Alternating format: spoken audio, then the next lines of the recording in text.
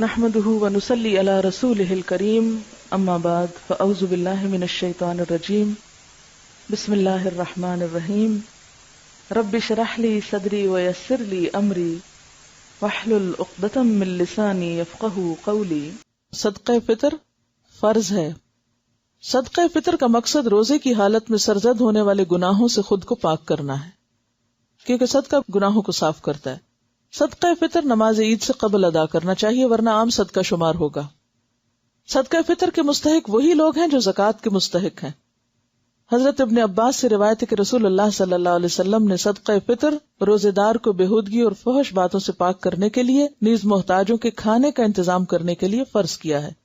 جس نے نماز عید سے پہلے ادا کیا اس کا صدقہ فطر ادا ہو گیا، اور جس نے نماز عید کے بعد ادا کیا اس کا صدقہ فطر عام صدقہ شمار ہوگا، یعنی اس کا پھر وہ فائدہ نہیں جو اصل صدقے کا ہے۔ صدقہ فطر کی مقدار 1 صاع ہے، جو 3.25 سیر یا 2.5 کلو گرام کے برابر ہے۔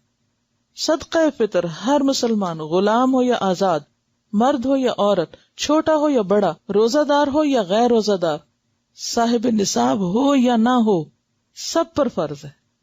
ٹھیک ہے، یعنی اتنی اس کی تاکید ہے۔ حضرت ابن عمر سے روایت ہے کہ رسول اللہ صلی اللہ علیہ وسلم نے رمضان کا صدقہ فطر 1 صاع کھجور یا 1 صاع جو، غلام، آزاد، مرد، عورت، چھوٹے بڑے، ہر مسلمان پہ فرض کیا ہے۔ اسے بخاری اور مسلم نے روایت کیا ہے۔ جو بچہ آخری روزے کو پیدا ہو اس کا بھی ہوگا، چاہے وہ 1 دن یا چند گھنٹے کا ہو۔ صدقہ فطر غلے کی صورت میں دینا افضل ہے، لیکن پھر اگر نہ ہو ممکن تو پیسے بھی دے سکتے ہیں، یعنی راشن دینا بہتر ہے بنسبت پیسے دینے کے۔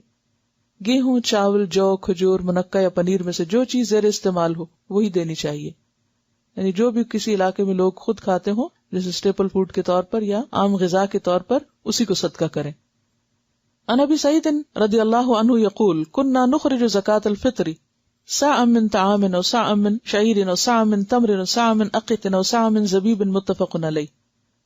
حضرت ابو سعید رضی اللہ عنہ فرماتے ہیں کہ ہم صدقہ فطر 1 صاع غلہ یا 1 صاع جو یا 1 صاع کھجور یا 1 صاع پنیر یا 1 صاع منقع دیا کرتے تھے۔ منقع کیا ہوتا ہے؟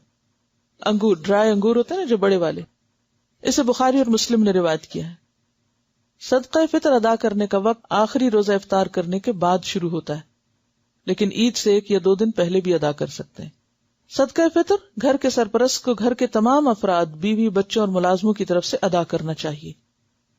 حضرت نافع سے روایت ہے کہ ابن عمر گھر کے چھوٹے بڑے تمام افراد کی طرف سے صدقہ فطر دے دیتے تھے، یعنی اگر آپ کے ہسبینڈ اگر آپ کا بھی دے دیں تو بہت اچھی بات ہے، حتیٰ کہ میرے بیٹوں کی طرف سے بھی دے دیتے تھے۔ اور ابن عمر ان لوگوں کو دیتے تھے جو قبول کرتے، اور عید الفطر سے 1 یا 2 دن پہلے دے دیتے تھے۔ وہ کیوں؟ تاکہ جو ضرورت مند لوگ ہیں وہ اپنی ضرورت پوری کر سکیں اور اطمینان سے عید منا سکیں۔ شوہر اور بیوی دونوں ملازمت کرتے تو صدقہ فطر کون دے؟ دونوں میں سے جو چاہے دے، لیکن کوئی ایک ضرور دے دے۔ کوئی بھی دے سکتا ہے، اس کا ملازمت سے کوئی تعلق نہیں ہے، ٹھیک ہے۔